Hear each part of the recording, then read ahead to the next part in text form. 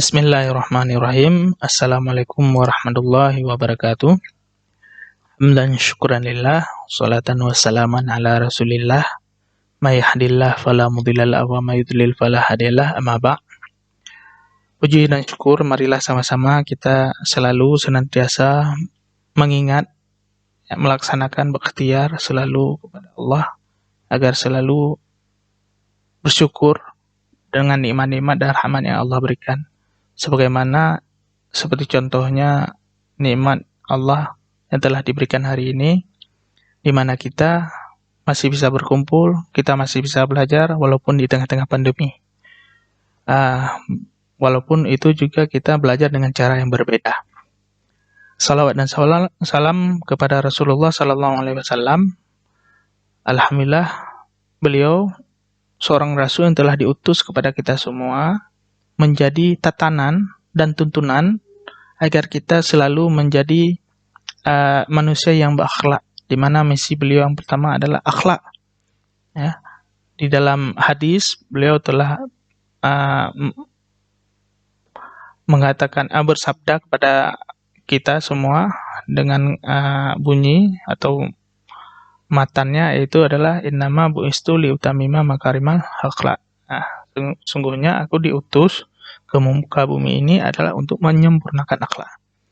Misi ini yang beliau bawa dari dulu sampai sekarang, dan alhamdulillah Allah memberikan derajatnya itu sebagai Rasul yang sangat luar biasa, ya, di mana dia juga menjadi penghulu bagi Rasul dan Nabi yang lain. Misi ini juga menjadi amanah kepada kita selaku seorang muslim, di mana misi ini juga menjadi sebuah pegangan bagi umat manusia.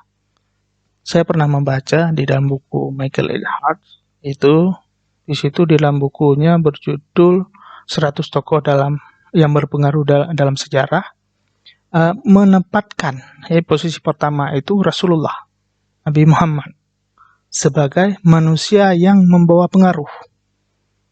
Selanjutnya diikuti oleh Newton, ya, Nabi Isa dan lainnya. Itu sampai Umar bin Khattab posisi keempat dan lainnya itu.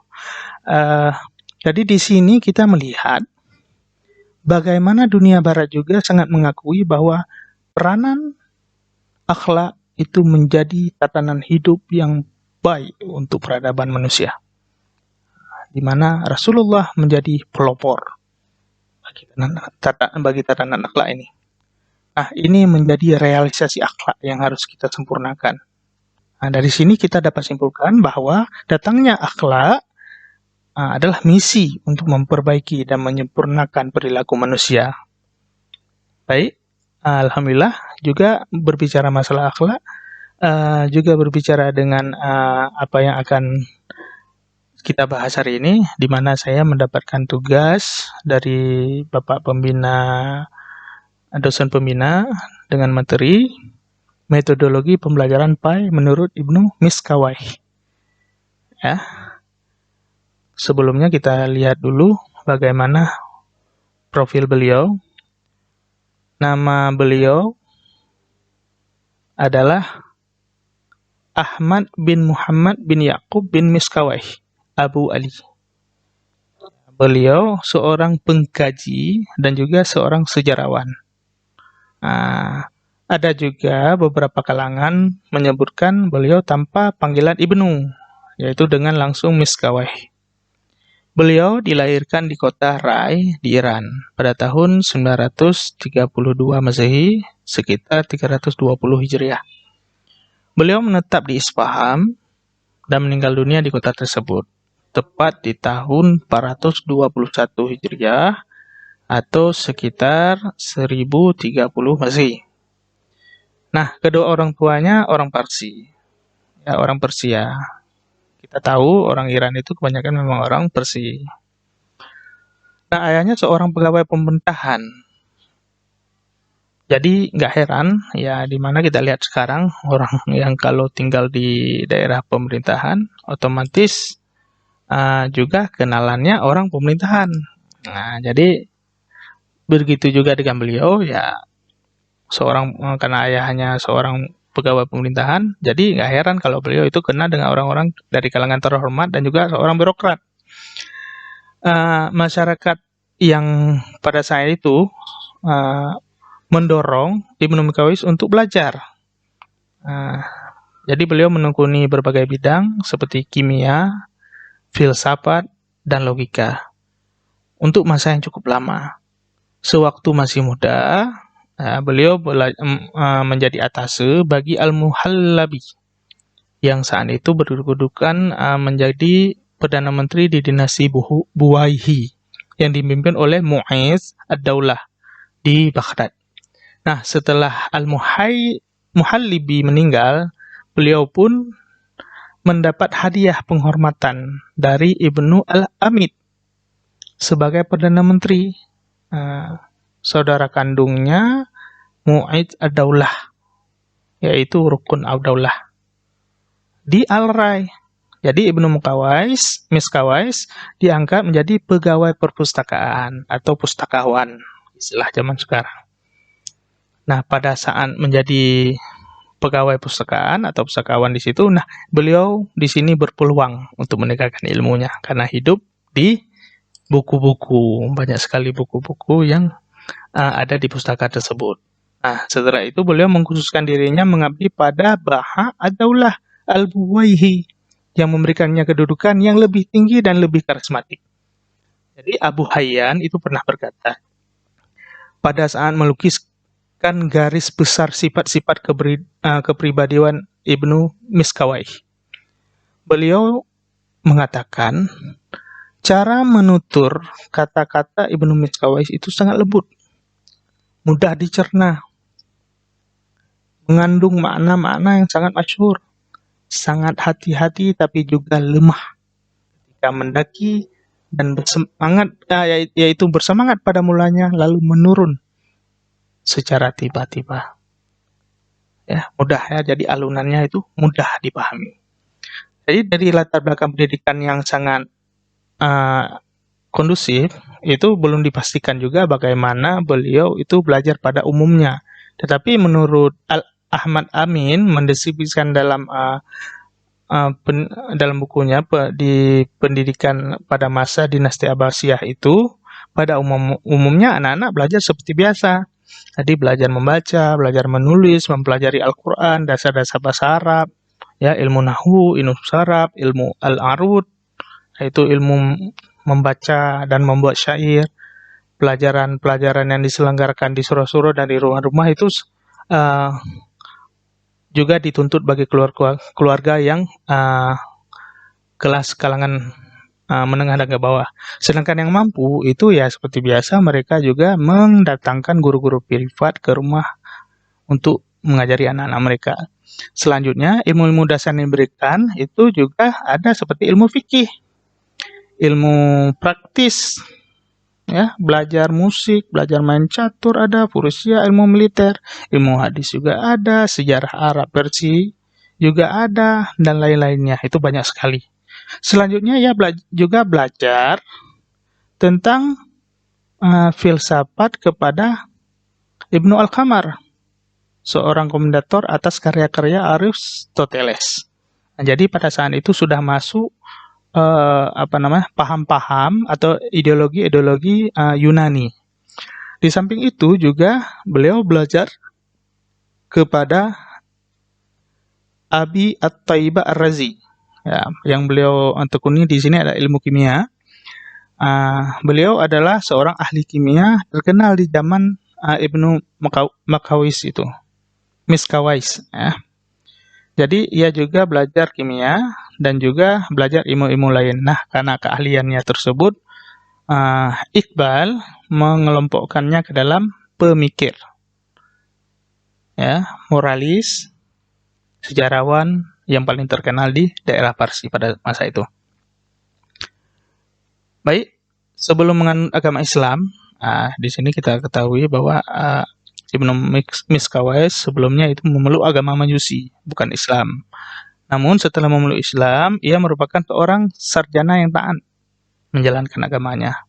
Menurut Al-Labib, dulunya Ibnu Miskawais ini seorang Majusi yang kemudian masuk Islam. Tapi barangkali juga ada yang dimaksud dengan yang dimaksudkan adalah kakeknya, Al-Qibti.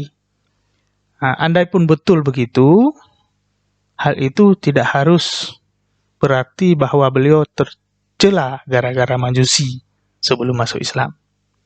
Bahkan hal itu justru mengangkat derajatnya. Ya, seorang mualaf tetapi bisa menunjukkan jati dirinya dan luar biasa memahami hukum-hukum Islam. Jadi Al-Labib pernah juga mengungkapkan bahwa beliau seorang yang paling agung dan paling terhormat di kalangan orang-orang non-Arab. Beliau pula lah yang menjadi karismatik di antara orang-orang Persia, yang menurut beberapa orang disebut Miskawai. Itu adalah kakeknya, bukan ayahnya. Baik, selanjutnya pemikiran Ibnu Miskawais tentang pendidikan baik. Pemikiran Ibnu Miskawais terkait pendidikan, beliau tidak terlepas dari manusia dan akhlak. Jadi beliau menggunakan konsep, yaitu yang pertama ada 3 konsepnya, yaitu yang pertama adalah daya nafsu atau nafs al-bahimiyat, di mana posisi ini paling rendah yang digunakan oleh organ hati. Kemudian daya berani itu an-nafs al-sabuniyat, itu ada di posisi tengah-tengahnya, yaitu yang berperan di situ adalah jantungnya. Kemudian daya berpikir itu letaknya yang paling mulia, yang digunakan organ itu sejajar dengan apa yang diberikan kepada malaikat, yaitu menggunakan akal atau otak. Manusia akan mulia ketika banyak berpikir dan jika mengabdikan dirinya pada berpikir, ia akan berada pada tingkat kesempurnaan. Nah, ketika ada tingkatan kesempurnaan itu, maka tidak ada yang bisa melawan kesempurnaan tersebut. Dan mereka juga berada dalam alam binatang ataupun alam yang selalu tunduk kepada nafsunya, itu jika mereka tidak melakukan organ berpikir tersebut. Jadi mereka cuma memuaskan dirinya dengan organ-organ indrawi saja. Selanjutnya itu sebagaimana dikutip oleh di dalam bukunya Profesor Abu Dinata, judulnya Pemikiran Para Tokoh Pendidikan Islam. Sebagaimana di dalamnya isinya, Ibnu Miskawais memahami bahwa unsur rohani yaitu nafs al-bahimiyat yang bentuknya nafsu, ataupun daya berani yaitu nafs as-sabuniyat, itu berasal dari materi daya berpikir. Itu semuanya berasal dari an-natiqiyah tadi. Itu berasal dari ruh Tuhan. Oleh karena itu, unsur yang ada di materi itu akan hancur bersama hancurnya badan. Jadi unsur yang ada di situ akan mengalami kehancuran. Dari sini kita dapat melihat bahwa mengenai hubungan antara daya bernafsu dan daya berani, daya bernafsu dengan daya berani dengan jasad, menurut Ibnu Miskawais pada hakikatnya saling mempengaruhi. Sehat dan kuat atau sakit dan lemah tubuh tergantung dari keduanya. Ya, dan daya ini tidak akan berfungsi tidak dengan baik jika menggunakan hal-hal yang bersifat bendawi atau badani yang terdapat di dalam tubuh manusia. Sehingga Ibnu Miskawais menyatakan bahwa manusia terdiri dari unsur jasmani dan rohani. Nah, mengenai akhlak, menurutnya beliau mengatakan akhlak itu adalah suatu keadaan jiwa. Kedua keadaan ini yang membuat manusia berpikir, berbuat tanpa berpikir, atau dipertimbangkan secara mendalam. Akhlak dibagi menjadi 2. Yang pertama bersifat alamiah dan bertolak dari jiwa. Yang kedua tercipta melalui kebiasaan dan latihan. Nah, mula-mulanya keadaan ini akan terjadi karena dipertimbangkan dan dipikirkan. Namun kemudian mulai dipraktikkan terus-menerus menjadi karakter. Nah, kedua watak tersebut menurut Ibnu Miskawais akan diciptakan dan diusahakan melalui pendidikan dan pengajaran. Itu akan didapat dari pendidikan dan pengajaran. Nah, paradigma pemikiran Ibnu Miskawais dalam bidang akhlak memiliki keunikan tersebut. Pemikiran ini banyak dipengaruhi oleh filosof Yunani seperti Aristoteles ya, seperti tadi yang dipelajari oleh beliau, Plato, Galen, dengan meramu pemikiran-pemikiran tersebut dengan ajaran-ajaran Islam. Ya, di samping itu Ibnu Miskawais juga banyak mempengaruhi filosof Muslim lainnya seperti Al-Kindi ya, Al-Farabi, Ar-Razi dan lainnya. Baik, di sini Ibnu Miskawais menegaskan bahwa pendidikan akhlak didasari atas doktrin jalan tengah. Menurut jalan tengah diartikan adalah keseimbangan, moderat, harmoni utama, mulia, dan posisi tengah di antara dua ekstrim baik dan buruk yang ada dalam jiwa manusia. Ya, menurut beliau, posisi tengah jiwa bahimiyah adalah iffah, ya, yaitu menjaga diri dari perbuatan dosa dan maksiat. Selanjutnya, posisi tengah al-qalabiyah atau as-saja'ah, yaitu keberanian yang dipertimbangkan untung dan ruginya. Sedangkan posisi di tengah jiwa natiqiyah adalah hikmah, yaitu kebijaksanaan. Adapun perpaduan itu, ketiga posisi tersebut adalah keadilan dan keseimbangan.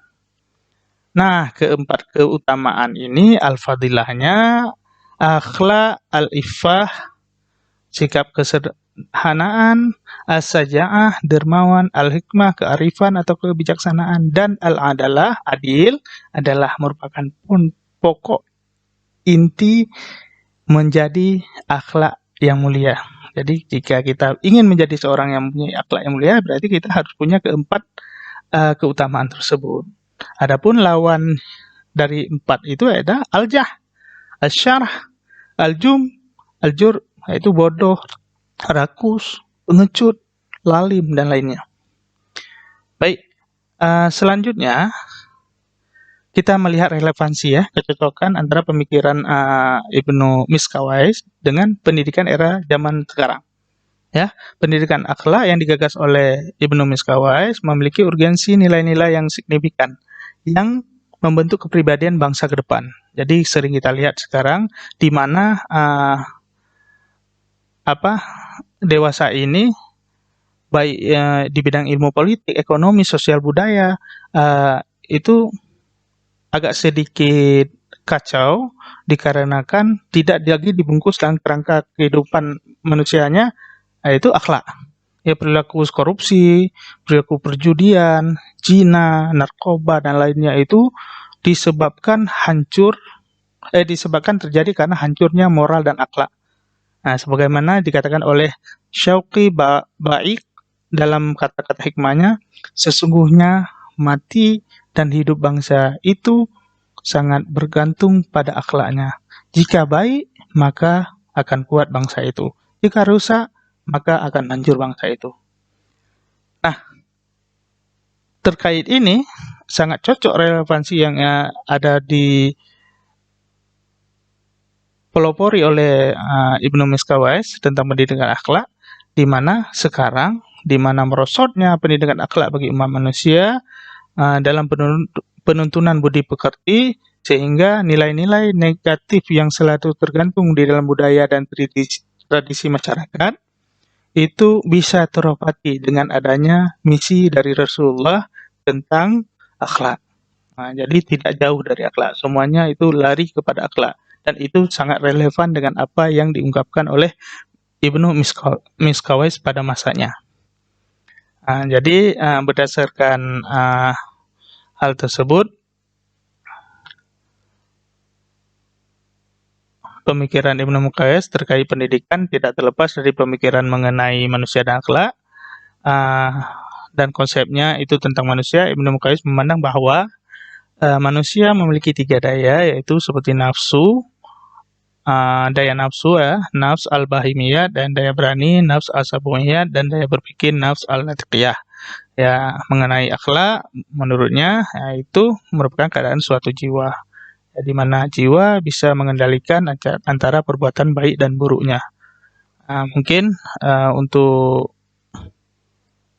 materi makalah saya pada hari ini saya padai. Bagi kawan-kawan yang ingin memberikan masukan ataupun lainnya, itu boleh memberikan masukan mulai dari komentar atau share video yang lain. Mungkin ini aja dari saya. Terima kasih kepada Pak Muhaini yang telah memberikan kesempatan kepada saya untuk bisa melakukan video, untuk melakukan presentasi dengan video di materi kuliah yang diberikan oleh Bapak tentang metodologi pembelajaran PAI menurut Ibnu Miskaweh. Terima kasih untuk semuanya. Salam dan selalu sehat, stay safe, stay healthy, dan tetap dalam menjaga protokol kesehatan. Ini aja. Assalamualaikum warahmatullahi wabarakatuh.